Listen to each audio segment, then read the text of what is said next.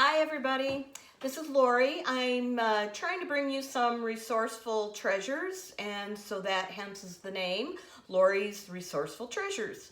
So I've been doing a lot of tinkering and playing around with different things.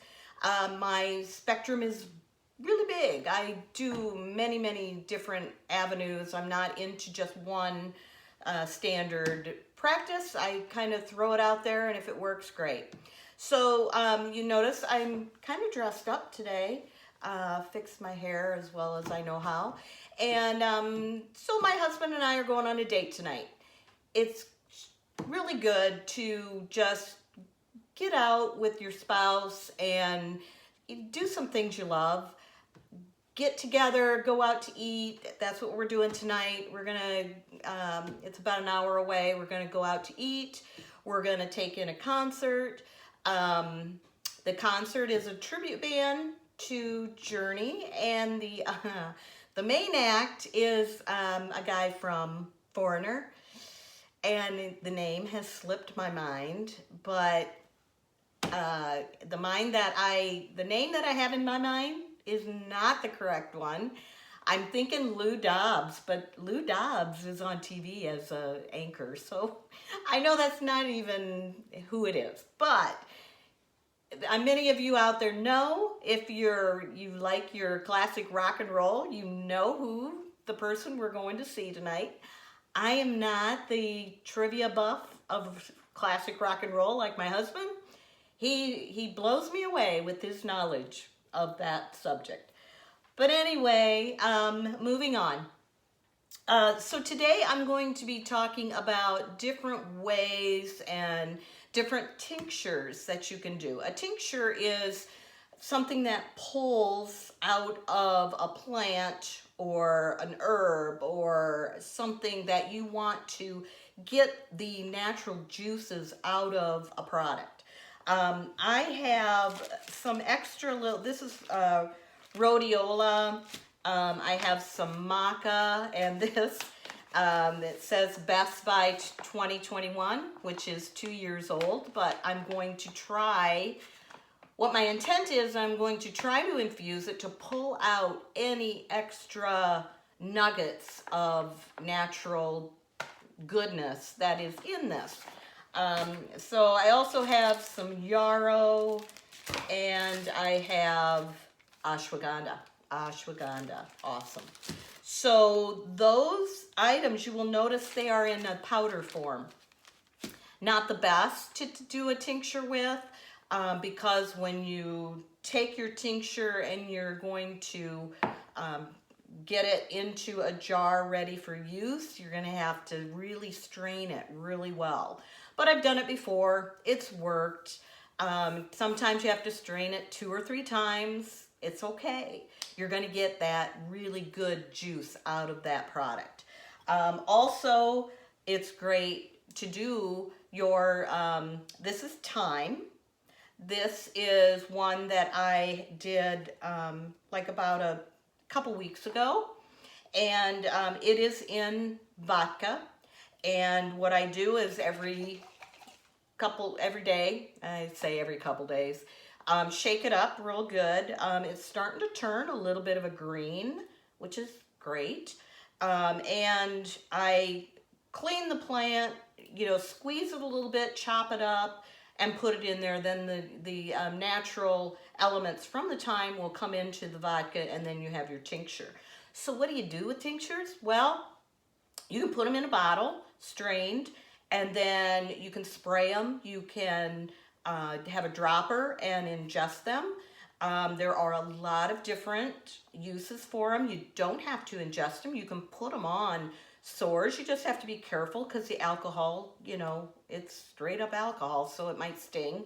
But also another thing I have done is I've made a thyme countertop cleaner, and I use my infused thyme in this. And you can just see it's a lovely color.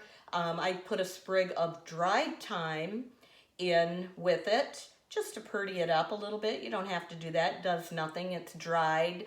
But in my regular tinctures, I do use fresh because in alcohol, I try to use fresh, but when I'm putting them in oil or like for this, I will use dried because you don't want it, because there's water in this and you don't want that to get moldy and bad, and it will.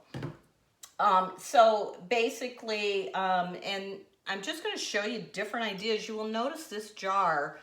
It is, yes, it's a latte jar that I put in the dishwasher. I took the label off. That is this. And this type I love because it doesn't have the sticky residue. Sometimes some of the iced coffee that you drink, you have to pull the label off and then it's that sticky stuff on it. This one does not. It does have a little bit of the label left on it, but it's not a big deal. I don't care. Sometimes you can take the lid, you can paint it, you could put something over it. Maybe your label you could put on top of here, get a sticker that fits. And whoops! Mama said there'd be days like this. And okay, so anyway, lots of different things, but reuse your glass jars. These are perfect. I was going to get a little mason jar and I didn't have any. I did have some that had water in it. Like this is, it's a honey bun iced latte, but this is with water in it. I just take some water, not from the faucet, but it's purified, and I store them in here. I mean, you never know when we have been in a couple of tornadoes, and I tell you, we could not run our water. We had to get by, and these are perfect. I mean, they're not for super, super long storage, but instead of just storing your jar on a shelf, put some water in it. Then you got water to save. I seal it up. I make sure my jar is sterilized. A little bleach in it, and then clean it out, or whatever way you sterilize. You can boil them in water. And you've got a jar of water that, you know, I don't know how long it'll last, but people, if you're ever in a dire situation, water is your friend. So anyway, then I also have a tincture of elderberry. Look at that color. That is elderberry at its best, I tell you. That is vodka on, it was dried elderberry because I didn't have any fresh, and we're in the northern part, we're in zone 5, so I don't grow it, I don't have it handy, so I use dried, but you can see it's pulling that elderberry out. Elderberry is great for coughs, colds, and you know, it's fall time, hence the orange and fun fall colors. It's fall, so it might be needed this fall. We will see. I hope not. Anyway, so I'm just going to take my jar and my trusty funnel, and I'm going to just take my bag of whatever, pour it in. And for powdered, I do about half. Then that way you can have half of it with powder. Just fill it a little over with the vodka. And then you have plenty of room to shake it. It takes a little bit to get your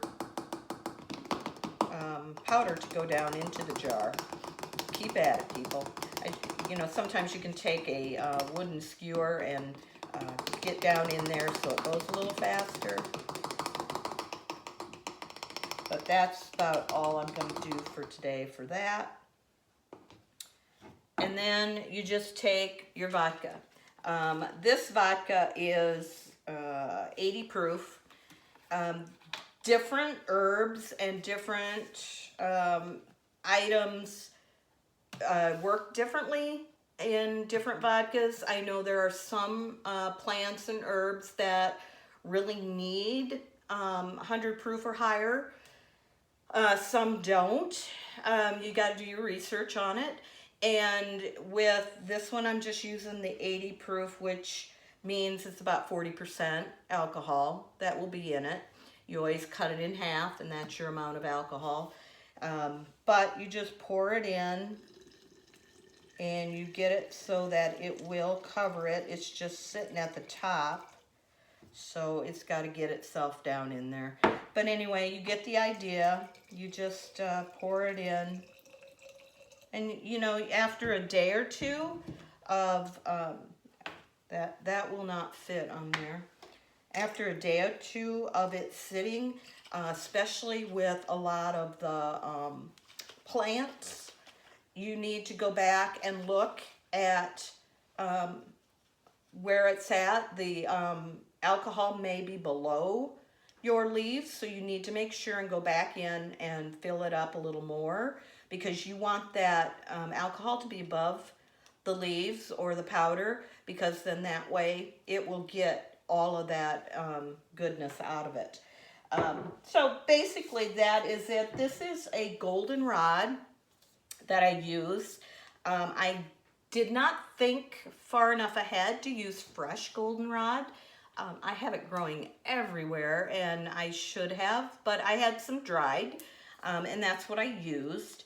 This is a lovely yellow color. Goldenrod is the yellow flower that grows everywhere, here in this area anyway.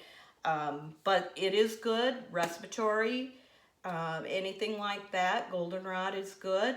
So that is a good one to have on hand. And this one I will use if, you know, I feel like I got a little tickle in my throat. I feel like my allergies are worse. Then other times I'll just take a tincture.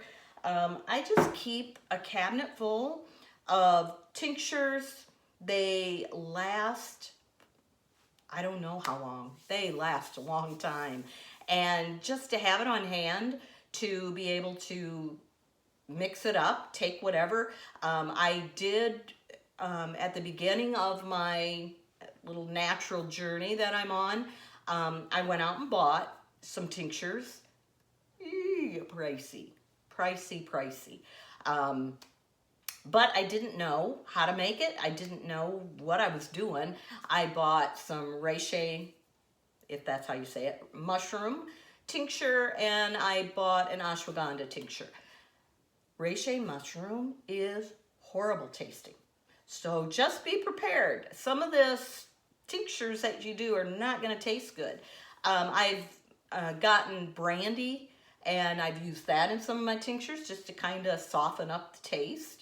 But, you know, some of these plants, they're not good tasting. So they do wonderful work in your system, but you got to get over some of the taste of it. And the amount to use, you know, that varies. I've heard different people using different amounts. Usually a dose is a dropper full.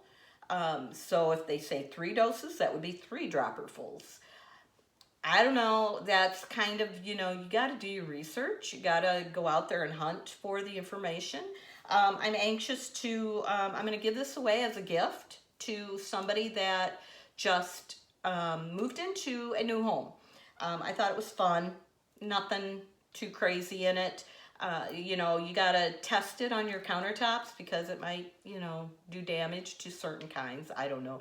I don't have fancy ones that I worry about. But anyway, that's about it. And, you know, I'll do some extra videos on how to make this and how to make many other things and what you can do with different tinctures and go from there. People, sky is the limit. Your resources are there. They're in your backyard. They're in your front yard. They're all around you.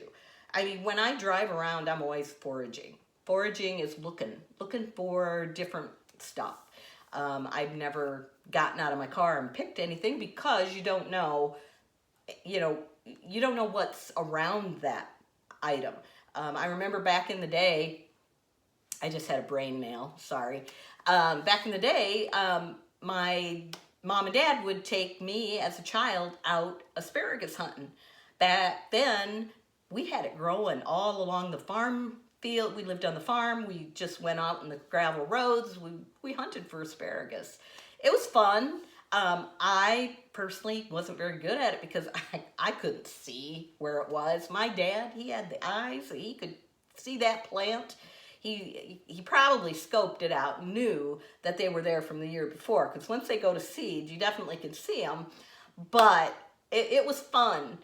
So there's things around you, you know, make it fun, get your kids involved.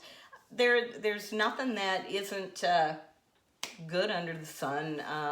I don't know if that makes sense, but you know, sometimes things come out that don't make sense. My mouth will get me in trouble. So anyway, God bless y'all. It's a good day. Getting a little cold here. We got to change the clocks back. I'm gonna say anybody who says I love it when we change the clocks, said no one ever. Gotta say, I love my summertime. I love my planting time. Fall is a little hard for me, but I'll get through it. Always do. But anyway, God bless y'all, and have a great day. And I'm loving life because God saved mine.